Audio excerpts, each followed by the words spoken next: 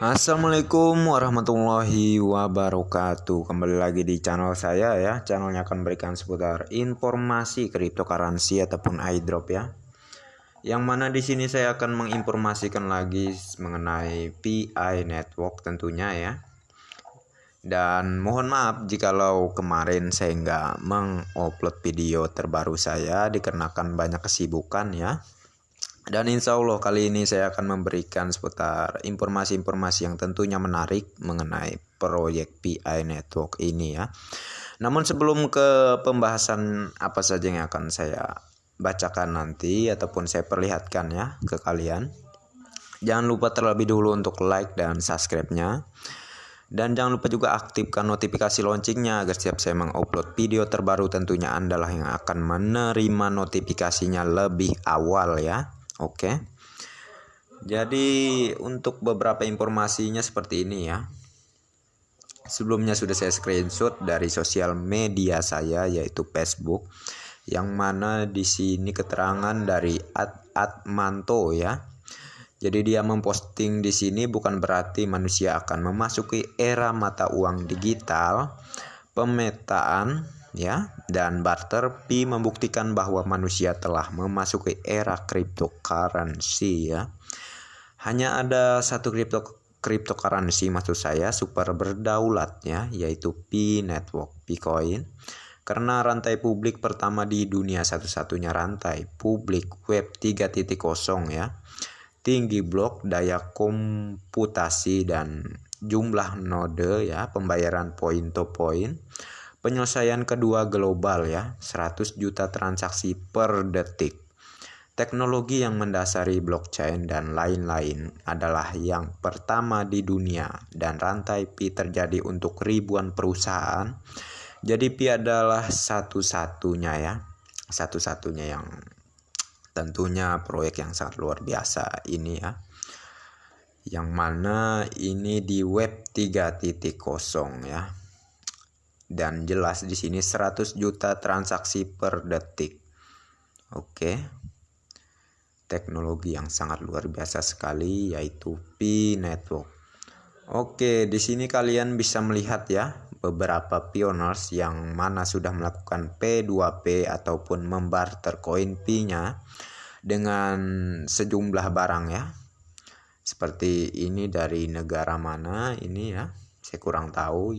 Namun di sini saya juga mengambilnya dari postingan yang mana di situ komunitas PI Network ya, di grup komunitas PI Network. Jadi jelas di sini seperti kalian lihat ya, di handphone mereka masing-masing itu sudah melakukan transaksi ya. Oke. Jadi yang sering dikatakan para penyinyir yang mana Bitcoin tidak ada nilai dan scam, tentunya ini akan memberi sebuah kesadaran penuh kepada mereka ya. Oke. Oke, kita ke informasi lainnya. Ini dari Pi Network Indonesia ya. Dari grup Pi Network Indonesia yang diposting dari Asia Hari ya. Kalau tidak salah namanya Asia Hari. Oke. Di sini keterangannya Indonesia Pi Bank, Bank Kripto Indonesia. Jadi posting ini tertulis pada Sabtu Kliwon ya, katanya 23 Juli di tahun ini jam 14.22 ya. Jadi keterangannya seperti ini, saya hanya pioneers katanya. Pi Network dari kota Bontang ke depan sangat ingin saksikan ada bank berbasis komunitas Pi. Semoga setelah CDBC ya, Central Data Blockchain Crypto, BI berbasis blockchain untuk e-rupiah dan regulasi kripto perbankan dunia berlaku tentunya ya, katanya. Coba bayangkan di Indonesia ada komunitas lebih dari 100.000 orang pemilik kripto Bitcoin yang bisa diajak bareng-bareng memiliki saham bank kripto Pi ya. Kalau saja per orang mau invest saham kripto Pi minimal sebanyak 15 koin, dikali 100.000 pemilik koin Pi, maka sudah ada modal ya 1.015.000 koin Pi. Jika saja setengah dari koin Pi modal kripto bank tersebut dijadikan kolateral ya, maka setara dengan seperti kalian lihat di sini, yaitu 2.305.600.19.250.000 US dollar ya, kalau tidak salah seperti itu, dalam bentuk pembangunan industri refinery ya, pemurnian, logam mulia, emas, perak, platinum, rhodium, nikel, dan lain-lain. Maka dalam waktu dekat aset logam mulia milik kita bisa jadi safe haven atau aset pelindung, dan kolateral dalam bentuk emas pasti kita miliki ya, katanya seperti itu. Ingat, negara manapun yang ingin cetak uang fiat per fisik dan ekonominya stabil harus ada kolateral emas. Jika cetak uang tanpa modal kolateral pasti bangkrut, katanya. Lalu negara yang tidak punya kolateral, ya pinjam kolateral negara lain dan bayar royalti per tahun dan mahal ya. Mari kita balik realitas agar rakyat yang pegang kolateral. Perjaminan negara dalam bentuk usaha swasta ya, agar porsi ekonomi kerakyatan seimbang. Artinya biar negara ngutang pada rakyat pada kita agar nggak berani korupsi ya, katanya. Karena rakyat dan pejabat punya derajat yang sama. Rakyat bisa resignkan pejabat tersebut. Jadi ketika nilai usaha tersebut makin berkembang, maka kita yaitu pemilik saham perusahaan dan semua sub usaha segera meningkat pesat dalam berbagai lini ya. Di antara indikatornya adalah kita bisa mulai kendalikan pasokan logam dan logam mulia dunia secara perlahan. Bermodal Bitcoin ya, ditambah nilai jasa dari operasi perbankan yang tiap detik bisa dihasilkan laba ya. Kita bisa rangkul semua koperasi pasar rakyat, UMKM dan lain-lain agar ekonomi lebih giat lagi ya. Kita bisa investasi dalam semua bidang food estate, sumber pangan ya, sebagai cikal bakal stabilitas ekonomi dunia. Saya telah melihat podcast Bosman Merdigo ya, katanya, yang menginformasikan bahwa grup usaha beliau perlu dukungan untuk membangun refinery logam mulia ya, ataupun ya emas senilai 25 triliun rupiah. Jika kita satukan modal, pastinya kita kuat dan mampu bangun industri tersebut ya.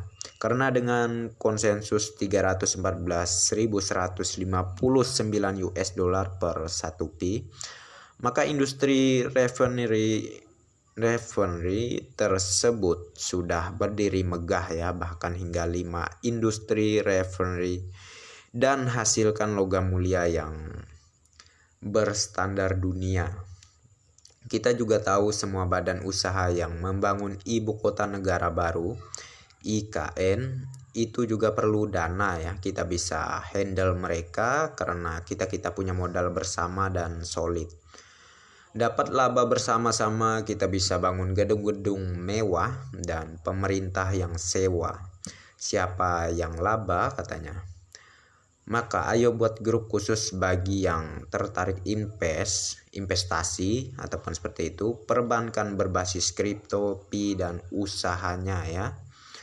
Telegram ya atau Facebook, katanya ya, bikin grup di situ.